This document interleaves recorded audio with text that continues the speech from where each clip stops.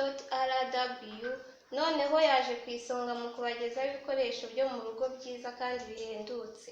Muri byo harimo firigo ntoya y'amafaranga 60,000, igitanda cyiza cyane cy'amafaranga 100,000, ameza yo kuriraho ndetse n'intebe zayo 6 ku mafaranga 160 gusa.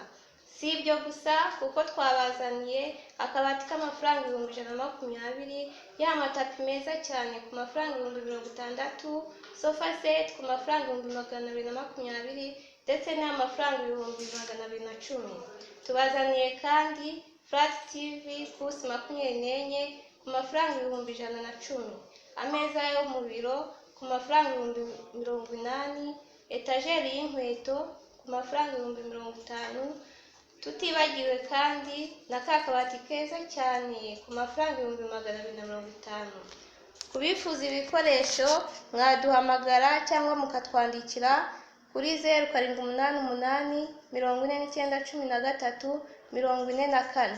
Nimuze mwese, umukiriya hano ni umwami.